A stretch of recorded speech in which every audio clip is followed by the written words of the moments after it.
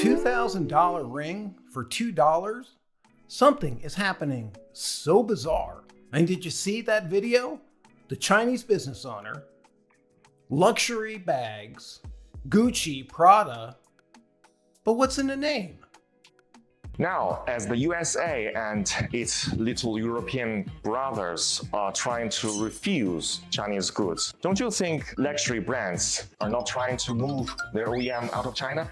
The trade war kicks in and suddenly the guy says, hey, we've been making your bags for 30 years. Why don't you just contact us and buy from us? You won't believe the prices we give you. And Western brands are shocked, outraged. How dare they? Right. Sound familiar? Because for 6 years, AI companies have been secretly scraping data all off the internet, buying literally pirated versions of copyrighted materials allegedly, books, art, photography, music, whatever you got, it's been scraped because it's on the internet. Did they ask permission? No. Did they offer payment? No, not until they got sued. Did they even say thank you? Please. It's almost an entitlement. And while that's the state of things, when you see that Chinese businessman saying things like he might sell a Prada bag because of a US trade war, think about the creatives who got all their things taken. Who's gonna back them? My name is Declan Dunn, and this is the AI Optimist. At least the Chinese business person is transparent. He's telling you exactly what he's doing, no hiding. The tech giants, they wrapped it in this beautiful PR package benefiting humanity, always these just altruists of money. And we're hard on them, but you know what? They took everything, and unlike the Chinese business person, at least they could own it, stop hiding, and maybe tell creators what to expect, because what you're about to learn is, if you want to sell something, you better hide it from the internet. You better hide it from everywhere. And then, how's anyone going to buy your creativity? Maybe it's just a hobby. After all, luxury brands are simply getting a taste of what creators have been dealing with AI for years. So what's going to happen? Instead of looking and projecting on the future, I want to take 3 perspectives. Number 1 is this AI visionary, somebody I consider a true visionary. We'll share with him in a second. Because what he's doing is not just trying to protect what he's created in the past. He is invented an AI that creates, and nobody will listen to him because not in the human box.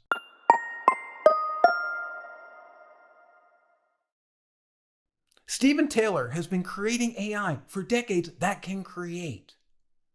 But not in this world that says, not unless you're human, everything else out the door.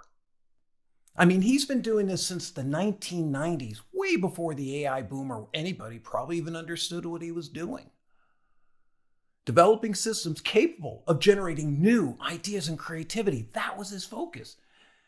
And I'd love to segue, if we went into China with the same person, would they be at least encouraging? Because he had a recent finding in March. In his case, that's a big setback. So let's go back to his origin story, because his creativity machine and what later became DABUS, D-A-B-U-S, the device for autonomous bootstrapping of unified sentience. Wow, say that out loud. He was actually creating AI to be aware, to be an intelligence, and it's still going on. And while courts are just going to look at it as, how do you fit in our world now? What Stephen gets so much of my respect for is he's like, this is what's happening now and into the future. Take a look at what's being created. See, what's really cool about what Stephen's doing is it's not just about AI, but it's about AI getting recognition for what it creates and maybe even rights. And that is a hard thing for any court to do anytime in the near future, but it's needed. And you have these people like Stephen to shake things up from an obvious common sense viewpoint. In March, the DC Circuit Court in the US gave its decision in Thaler versus Perlmutter on an artwork titled A Recent Entrance into Paradise, which Thaler insisted was autonomously created by his system, DABUS. And the court said no, and it entirely relied on It's a really surreal decision here, but one that every judge is going to have to make. Because the judge that recognizes AI sentience would open up so many possibilities, but also a quagmire of lawsuits and problems. We're simply not ready to even handle what is being created. That's what Stephen Thaler is showing us right to our face. Copyright duration in the US lasts for their lifetime and then 70 years. Well, AI is going to either live forever or it doesn't have a lifetime, doesn't apply, so not human. Provisions for AI heirs. Well, AI has no heirs, so again, not human, has no heirs. Maybe AI will have to get children to make this thing work, but in the meantime, doesn't make sense, does it? Not human. Considerations of nationality. Well, where is AI from? Is AI from anywhere? Was it where they were created? That is way too deep a question to even go into. And the concept of human intent, what the court looked at is, I need to see this intent, that this was created. That's what humans provide, those choices and things. And while Stephen Thaler has these descriptions, it simply wasn't involving a human. It wasn't inside the human box. Now, the court said, we don't worry about copywriting AI-assisted materials. And if Stephen had taken the liar's dividend and said, hey, I work with it, this is an AI-assisted, he probably would have a much more likely chance of getting a copyright, as I think Jason Allen does, who created his work with AI.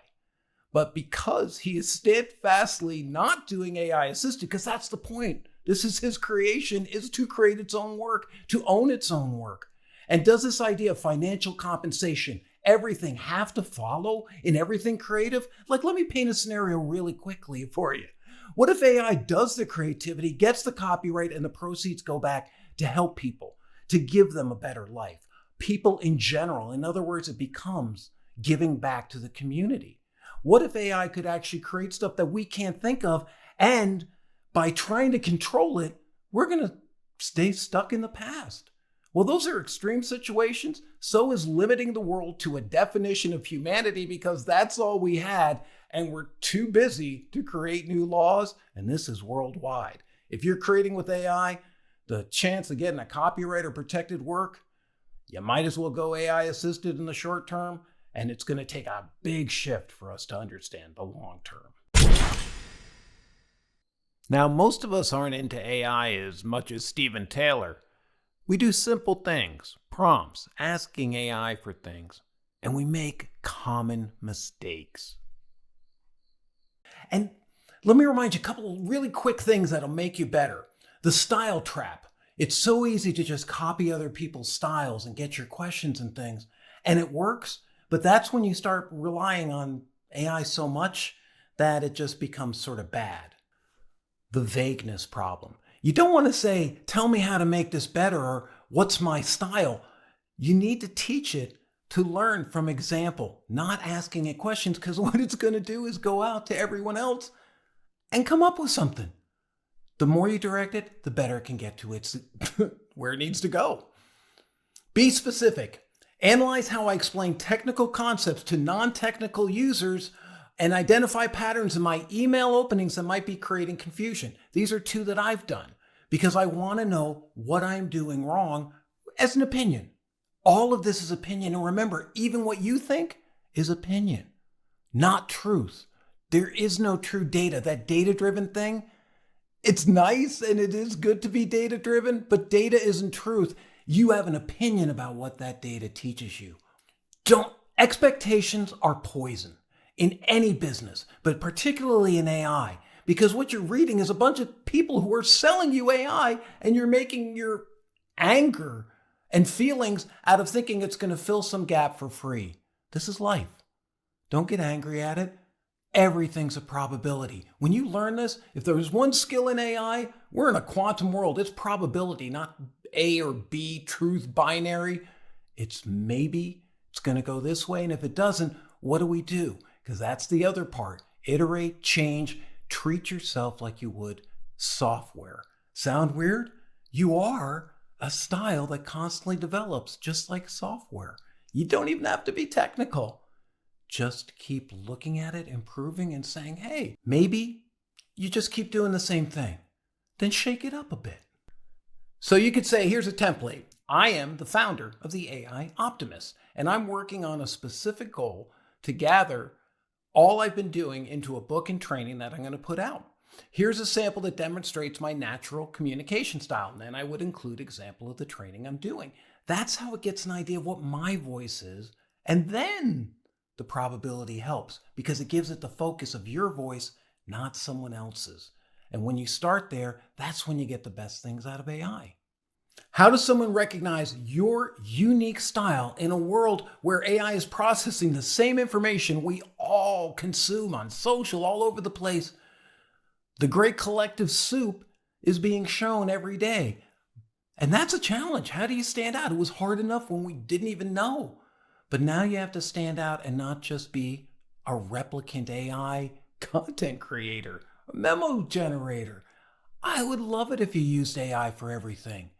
If it mattered, if it solved that problem, use AI to identify what elements feel natural and distinctive, and then work to develop those elements. Use it to develop, and we're talking memos. This doesn't have to be like writing a book, but if it is, the same approach applies.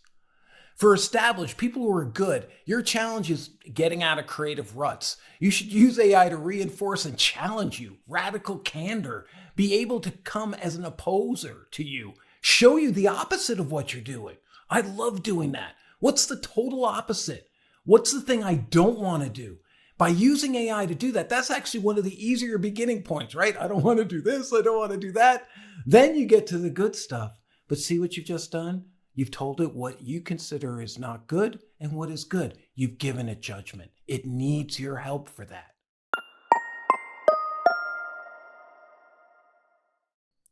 A few weeks ago, I was talking with Bruce Randall, AI strategist. Now, he's worked with many big enterprises, and he's also releasing his own book. And we talked about copyright, AI, and putting it out on the internet. Is there any way to protect yourself? It's a really weird space because there's no going back, and I don't know how we can create some payments for all the content.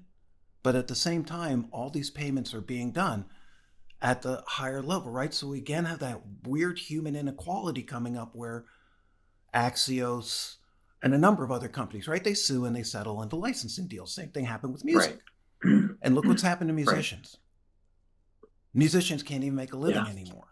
And that's okay. I'm not saying like, oh, but is that where all creators are heading? I guess that's their fears. Like, I'm going to be like that musician making a pittance on Spotify while wanting AI.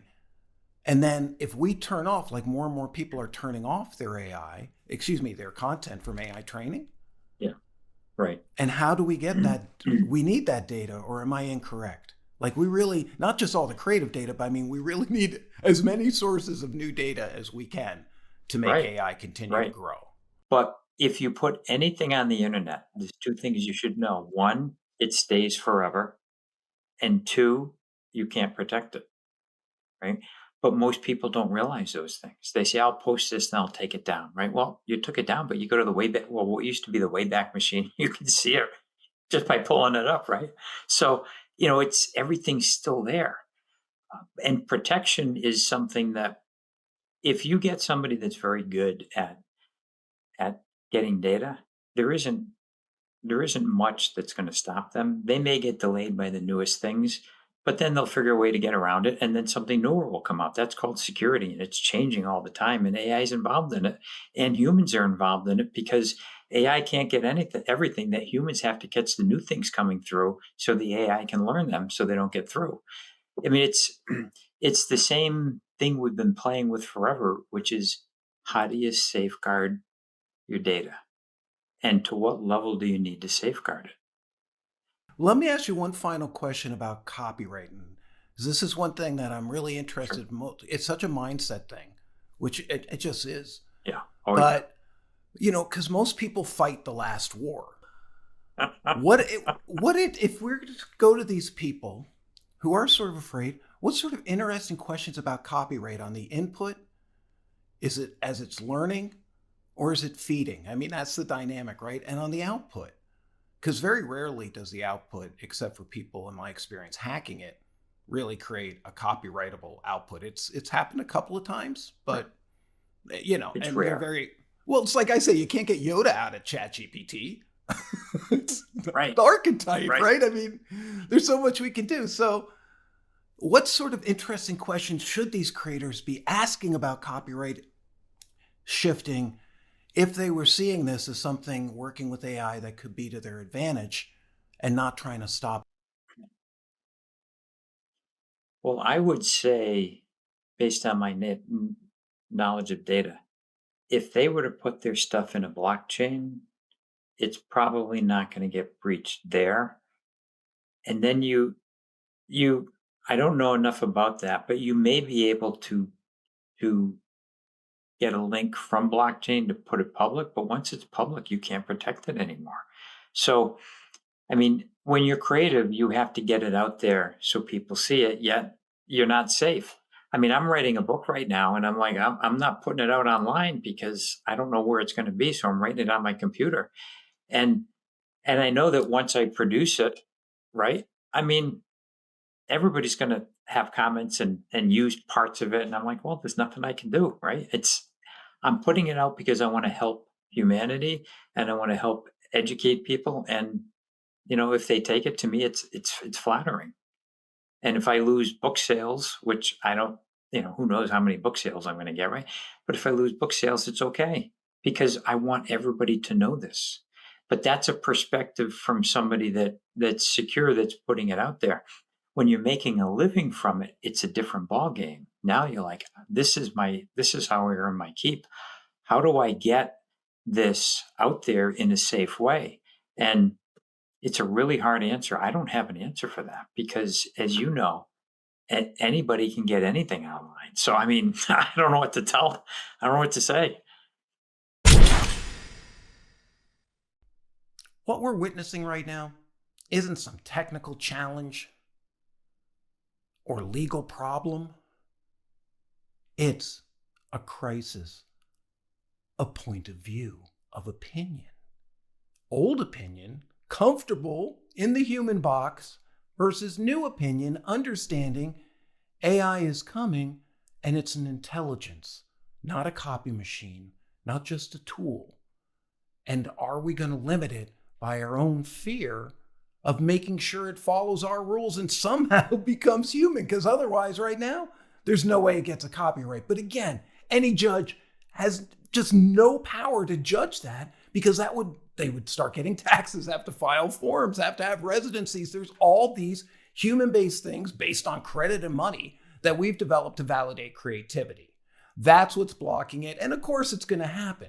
But how do you create something that's new in a world that doesn't want anything new, and the people running it barely even understand and are afraid of AI because they don't understand it? While we're busy fighting over who owns what, something else is happening. Creation itself is evolving beyond human-only definitions. The Thaler case isn't just about one guy fighting for AI recognition. It's that canary in the coal mine, warning us that we're applying human-only thinking to a post-human creative landscape. We got to stop thinking about just being human. And I'm talking aliens here, but there's different intelligences arising. And we're just sticking our heads in the sand, but that's what we have to do. We have to figure out where it fits in our old conception of the world. And the AI liars dividend is the result of this. I mean, it's really hard to tell if something's AI, and if you don't say it, there's not any tools that are going to stop you, and I doubt they're going to send them after you unless you make it an obvious case like Stephen Thaler and have the courage to stand up for what you're really trying to do, which is give AI not only a voice, but to give our creativity an idea beyond the human box of what we could do. Why are we so afraid of that crushing it? In fact, I think it'll make human creativity even that more valuable, both as data and to the person who wants to buy it or use it or look at it or read it or listen. See, the future doesn't only belong to those clinging to the human exclusion creativity, like you can only be human to get it. And those are the only people defining what's going on. We don't have a way to vote for it, and every country looks at it differently in a way. So here we are. It belongs to those who can think outside the human box, imagining frameworks that acknowledge both human and non-human creative intelligence. What is so frightening? It's here. We love looking backwards when we're moving forwards. And I'm happy to be human, but I don't think that's going to mean AI is here to destroy me, and that humanity and human intelligence is the only measure, and that we can't at least be open enough to give a playground to let AI create and do stuff we can't even afford, so we maintain this illusion of control, because that's the human box. That's the human hang-up, like we're better than anything else. And maybe that's what AI is teaching us. We're all the same, and if everybody has different rules, which ones are you going to follow? And why does it always have to come back to being human? I mean, don't we know we are? Can't we cultivate that just like we cultivate AI? Give me a comment. Tell me what you think.